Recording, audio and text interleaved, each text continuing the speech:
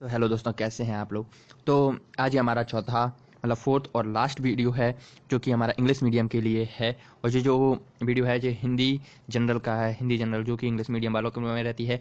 और जो आगे से भी जो वीडियो आने वाले हैं वो आने वाले हैं हिंदी स्पेशल, वो होंगे हिंदी मीडियम वालों के लिए। ठीक है, तो हम बिना देरी किए अपने जो चैप्टर्स हैं उन्हें हम टाइम रहते कंप्लीट कर लेंगे तो हमारा बेनिफिट काफ़ी ज़्यादा बढ़ जाएगा। और ये मेरा जो क्वेश्चन है ऑब्जेक्ट टाइप कराने का सिर्फ एक ही मोटिव है, जिससे आपको जो पेपर आते हैं मतलब जो बोर्ड पेपर्स होते हैं उनका पैटर्न एक आपके माइंड में उतारना कि किस तरह का जो है पेपर आने वाला है। तो बिना देरी किए चलिए शुरू करते हैं।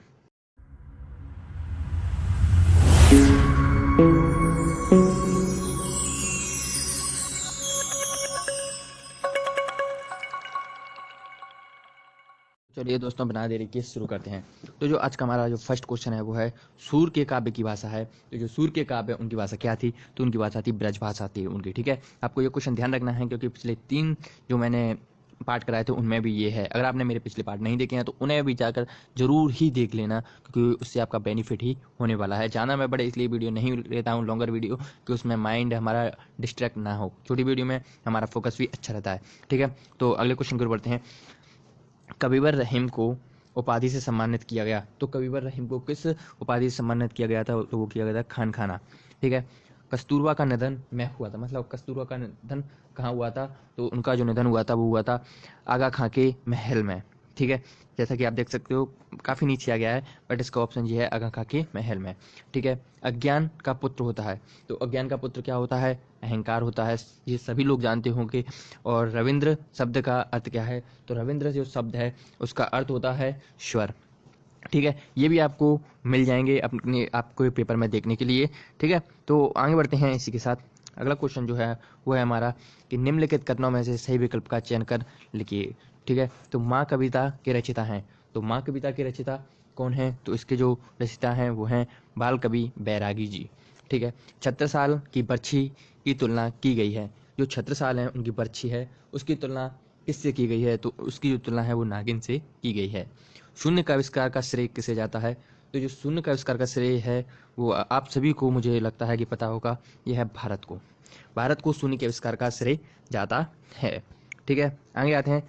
प्रतिमा शब्द का उदाहरण है। ठीक है, तो प्रतिमा जो शब्द है उसका उदाहरण क्या है, तो जो प्रतिमा शब्द है इसका जो उदाहरण है वो है हमारा अव्ययभाव। ठीक है, अव्ययभाव इसका उदाहरण है। मैं इसे थोड़ा ज़रा डार्क हो रहा है, इसे पतला कर लेता हूँ। ओके, इतना बहुत है।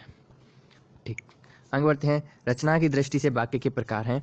तो रचना की दृष्टि से वाक्य के कितने प्रकार होते हैं, तो रचना की दृष्टि से वाक्य के होते हैं हमारे 3 प्रकार। ठीक है, तो समझ में आ रहा है ना कि क्या समझा रहा हूँ। मैं अभी कुछ समझा नहीं रहा हूँ, मैं भी बस आपको करा रहा हूँ, आपको करने पर ध्यान देना है। और यार सही जोड़ी कुछ ज़्यादा दूर चलेंगे बट हम यहाँ से कर लेंगे इतना। ठीक है, तो करते हैं रीतिकाल। रीतिकाल का क्या होगा, तो जो रीतिकाल है ये हमारा श्रृंगार रस। जो रीतिकाल आएगा ये आएगा हमारा श्रृंगार रस में। ठीक है, बाबू गुलाब राय। तो बाबू बाबू गुलाब राय कौन है, तो ये है हमारे एक निबंधकार। बीमार का इलाज। ठीक है, बीमार का इलाज ये क्या है, ये किसकी रचना थी बीमार का इलाज, तो ये थी हमारी उदय शंकर भट्ट जी की। सॉरी, बीमार का इलाज क्या है, तो बीमार का इलाज है उदय शंकर भट्ट। ओके, तो अगला क्वेश्चन है हमारा मात देना। मात देना क्या है, ठीक है, मात देना है यह हमारा मुहावरा। ओके, और अधिकार, अधिकार क्या है, तो जो अधिकार है हमारा यह है उपसर्ग। ठीक है, आपको समझ में आ गया वो इसका होगा निबंधाकार एंड रीतिकाल है श्रृंगार। ठीक है, तो आप इसका स्क्रीनशॉट ले लीजिएगा या आप अपनी नोटबुक में जब पता है कि आपने रखी होगी तो उसमें आप नोट कर लीजिएगा। ओके, तो बढ़ते हैं इसी के साथ आगे। अगला जो हमारा है वो है सत्य असत, ट्रू एंड फॉल्स। ओके, तो इसके लिए आगे बढ़ते हैं। जागो फिर एक बार कविता के रचयिता सूर्यकांत त्रिपाठी निराला हैं। तो ये सत्य है, तो ये एकदम सही है। जो जागो फिर एक बार कविता है इसके जो रचयिता हैं वो सूर्यकांत त्रिपाठी निराला जी ही हैं। बलदेव में देवत्व का निवास है। तो जो बलदेव में देवत्व का निवास है ये क्या कथन सत्य है, नहीं, ये कथन हमारा सत्य नहीं है। ठीक है, डॉक्टर नानक कचंद होम्योपैथिक चिकित्सक हैं, ये भी सही है। और यह वही आदमी है जिसे हमने देखा है। क्या ये मिश्र वाक्य है, तो यस, ये एकदम मिश्र वाक्य है। एंड अनेकार्थी शब्दों को पर्यायवाची शब्द कहते हैं। अनेकार्थी शब्दों को पर्यायवाची शब्द कहते हैं, नहीं यार नहीं कहते। ठीक है, अनेकार्थी शब्द वो होते हैं जिनके मतलब एक ही शब्द होगा, उसके अलग अलग मतलब होंगे। और पर्यायवाची मतलब एक ही शब्द को मतलब संस्कृत में क्या कहेंगे, ये होता है। ठीक है, तो आपने इन्हें देख लिया होगा, मुझे लगता है ये भी आपको समझ में आ गए होंगे। आप सोचते होंगे कि ये मुझे याद कैसे रहती हैं, तो इसका मैं जो पूरा जो श्रेय देना चाहूँगा वो सिर्फ एक ही चीज़ को है कि आप जितना ज़्यादा बुक को रीड करोगे उतनी ज़्यादा आपकी जो है याद रखने की क्षमता है वो आपकी काफ़ी मजबूत हो जाएगी। और आपको भी इतनी जल्दी याद होंगे कि आप जब एग्ज़ाम देने के लिए बैठोगे, जब आपको कुछ नहीं बस टिक ही करना होंगे। ठीक है, तो बिना टाइम वेस्ट किए अगले 5वें क्वेश्चन की ओर बढ़ते हैं। तो रहीम ने किस जल को श्रेष्ठ बताया है? ये है हमारा वन वर्ड में, जो कि हमारे 505 नंबर के आने वाले हैं। ठीक है, एक भी छोड़ के नहीं आना है, मैं बताने वाला हूँ। इसी के साथ क्वेश्चन में बढ़ते हैं। रहीम ने किस जल को श्रेष्ठ बताया है? तो रहीम ने कुएं के जल को श्रेष्ठ बताया है। कुएं के जल को श्रेष्ठ बताया है।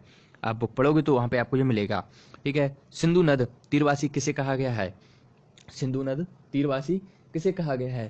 तो ये भारतवासियों को, जो भारतवासी हैं उन्हें सिंधु नद तीरवासी कहा गया है। ठीक है, ठेस कहानी के प्रमुख पात्र का नाम लिखिए। जो ठेस कहानी है उसके प्रमुख पात्र कौन है? ये है हमारे सिरचन। और मैं आपको बता दूं कि मैंने जो तीनों पार्ट कराए हैं और ये मेरा चौथा पार्ट है, इसमें ये सिरचन ठेस कहानी से काफ़ी सारे क्वेश्चन जो हैं पूछे जा रहे हैं। और मैंने हर एक अपने जो है वीडियो में इसे ज़रूर रखा है, क्योंकि ये काफ़ी इंपॉर्टेंट है और आपको भी आपके एग्ज़ाम में ये देखने के लिए ज़रूर मिलेगा।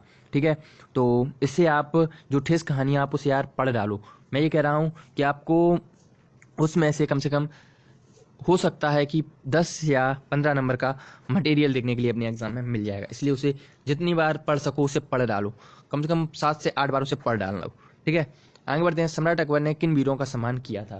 तो सम्राट अकबर ने किया था जयमल और शिरोमणि का। जयमल, सॉरी मैं लिख देता हूँ।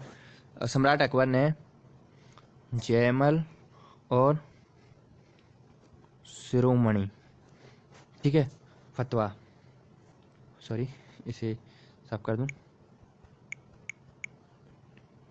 फतवा, जो जयमल थे उन्हें शिरोमणि और फतवा का जो है वो उन्होंने सम्मान किया था। ठीक है, अब आगे बढ़ते हैं।